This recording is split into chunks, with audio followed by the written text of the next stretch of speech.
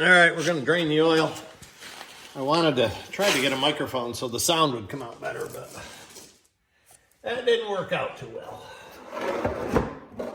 And the motor just ain't quite big enough for that pan to come in. Well, that's all right. I'll find another pan. I know I got one here somewhere. There's no oil in it, but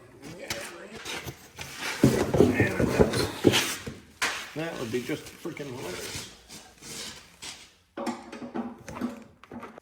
Still coming out of there. Once I do this, let me roll this onto its side. I don't know pistons out of there. With that like it is.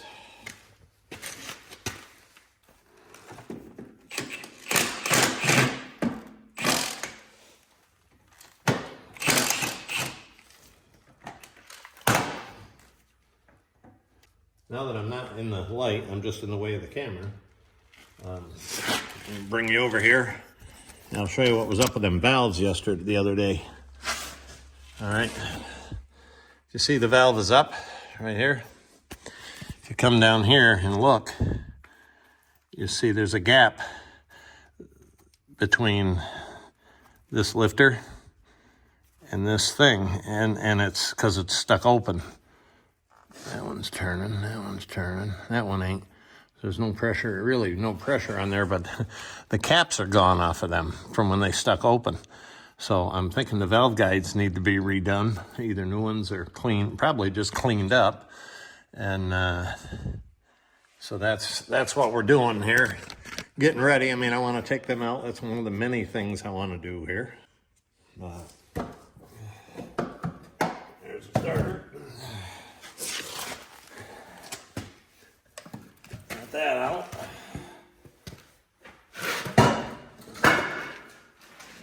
All right.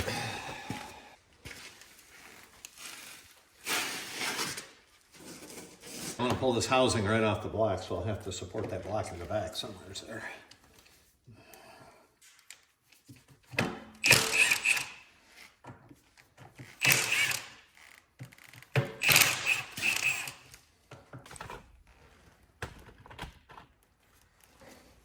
Terrible lighting. Guess not.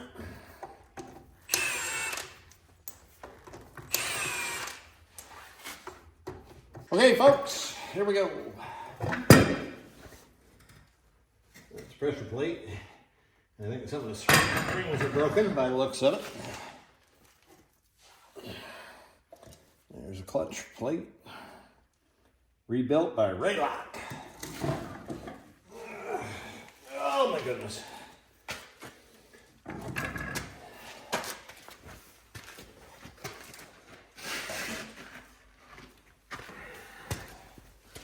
Yeah, this pressure plate looks like it's better days. Springs are all broke.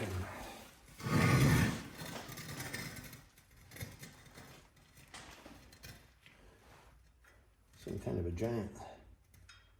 Oh no, it's a spring. I thought it was a giant bug. But as you can see, maybe you can't. It's narrower here than it is up here. So, like I said, she needs some work. That's okay. We expect it. Let's see if I bump the. How's that, better? Except I'm gonna be in the light for you. All right, well, we'll get this flywheel off the crank. That's right here. And, I don't know if I can index that or not. But just in case I do. Just in case I do, I'm gonna. But just so it goes back where it should.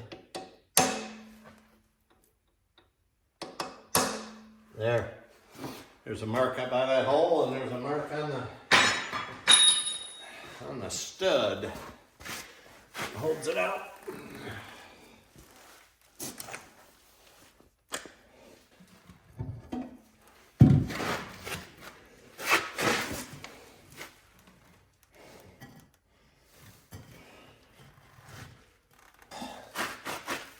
And then we'll We'll get this stuff going here. So let me go get that impact. We'll drop that pan. If I can drop the pan, then I can support that on either side of the block.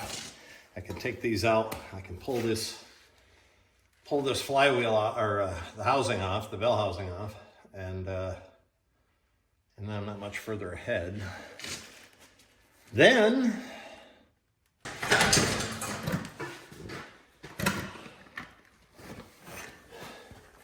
got to move this.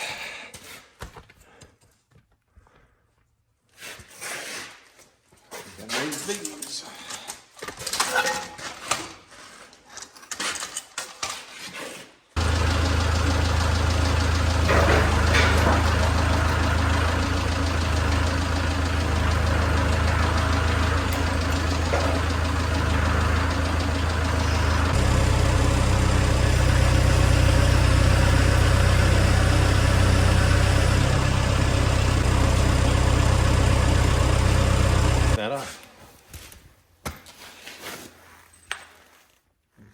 What size are they?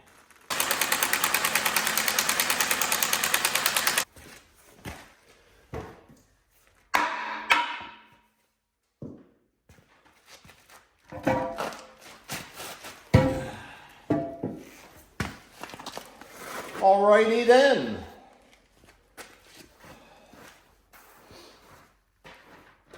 Now what would be cool if I could set that up on its back end without damaging, and keep it up off the ground high enough so these don't get damaged and these don't get damaged.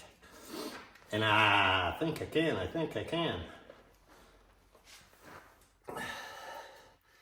This is a piece here for the pan. That insert goes in there.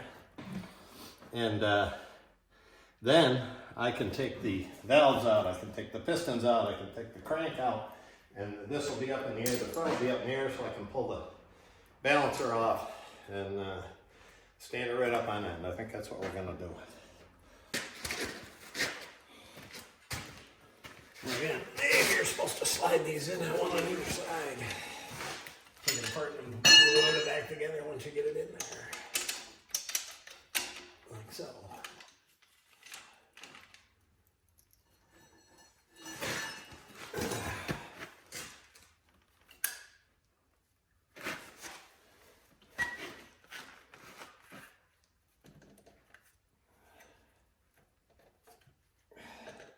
Yeah, no, this one won't do this one. This one won't do this one. Just ain't got the oomph to it. It's for probably a car or something. And these springs are pretty stout. All right, we're gonna try and get a couple of these valves out. I'll probably bump the camera a few times. If I do, I apologize. I borrowed this valve spring compressor.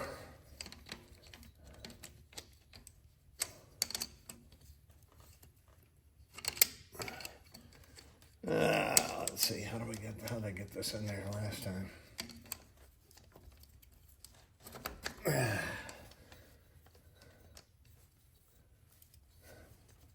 think I'm using it upside down, but that goes over the lifter good. Boy, that doesn't want to go.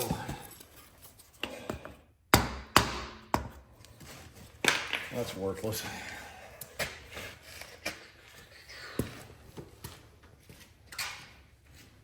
Got a brass drift here. I'm use the brass drift. That'll give me a little more shock to it.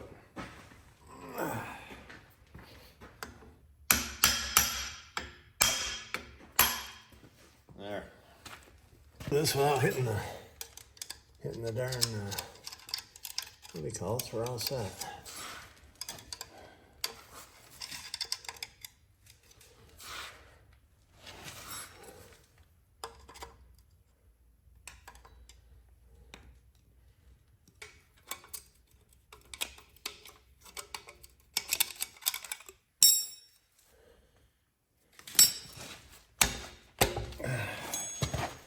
Back down.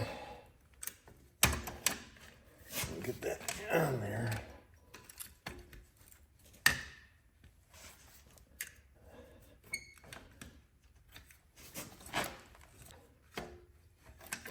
So I don't know what this is made for. So let's see if we can get this little bugger in there. If I can get mains, which I hope I can, then we're going to change them. All right, here's where this is going to get interesting. I just pulled the intake valve out here. I've got these 3 cylinders done or out, and everything was going good. This lifter, it's a solid lifter, came out kind of hard, but as you can see, quite a break to it. So it'll be interesting to see what the cam looks like. It's in cylinder number 4, counting from the front. I'm not sure how Connie does it, but that's how I got it labeled right now so I can keep track of this stuff. So I've got to pull the cam out because I want to check the lobe on that and see what it looks like. So hopefully, that's interesting. That's not a fresh break, so that's, you know, what are you gonna do? It is what it is, so I'll have to find a lifter somewhere. All right, somebody had asked me about how I was doing with the 361, so I'll just do a quick update here on it. Here's the cab, still sitting here. I haven't done anything with it. But I'm getting there. I'm not to that point yet. The frame is here. The frame is pretty much done. Rear axle air rides in it. I got to put this bag here, that one's in, and then I got to get the hubs on, get the brakes, and put some wheels on it so I can roll it. The front axle is in and done. As a matter of fact, there sits the airbag right there. So once that's done, I got to wash it because it's filthy and dusty from sitting out here. It's undercover, but you know, I got it all covered up. And so we're getting there. I'll show you inside here. And this is the motor for it. This is a NTC 350 Cummins. I've gone over this before, and I'm going to rebuild it. But I got to finish this one first, or at least get to the point where I can't do any more on this. You know, I've got to locate some parts for this, and then I can get this pulled apart, see what I need for that, and as far as the liners go, because I do want to change the CPL number on it. Because this was ordered in 1972 again as an NTC 350, derated to a 335, and that's what they did. So the CPL is for a 335 horse, but it's got the aftercooler and the turbo and everything. So I want to get it back to the 350 horse, or what it should have been originally. Does have jakes on it. I'm assuming it's just going to be some pump work and possibly some injectors. I'm sure the turbo is the same. I rebuilt that turbo. I didn't do it on video, but I rebuilt that. I bought the kit for like $100, pulled it apart, put it together. I did find out that those turbos, the shaft and the one impeller that's on there you don't take off, everything is balanced separately there. So you don't have to worry about timing and getting it back into place. So anyway, that's the 361 update, and but I got to finish this old Connie first, and then we'll go from there. All right, that's probably it for this video here. The next one, I think what we're gonna do, we're gonna get all the pistons out, get the oil pump off, get all the pistons out, get this assembly off here, get the cover, get the timing gears disconnected. I believe it's a timing chain. Get the cam out. We'll inspect the cam, and then we're gonna probably degrease this thing. This really needs to be cleaned up, and I want to flush out a lot of the water jackets and stuff. And then we got to cut the ridges on the cylinder walls. So we'll ream the ridges. And once this is cleaned up, we'll get it honed out. By then, I know my rings are going to be here soon, and I've got main bearings. I found main bearings down in Louisiana, so they're on their way. I should have them by next week, and we'll start putting it back together. I'd like to, once I get it pretty much sealed up. I wanna get it painted. I'd like to get some paint on it and make it look nice. And I'm thinking red, maybe the color of this motor. I think it might have been red. It's hard to tell. Maybe that's rust. I don't know. But anyway, hey, I hope you enjoyed the video. Thanks for watching. If you enjoyed it, hit the like and subscribe button. Thanks. Bye.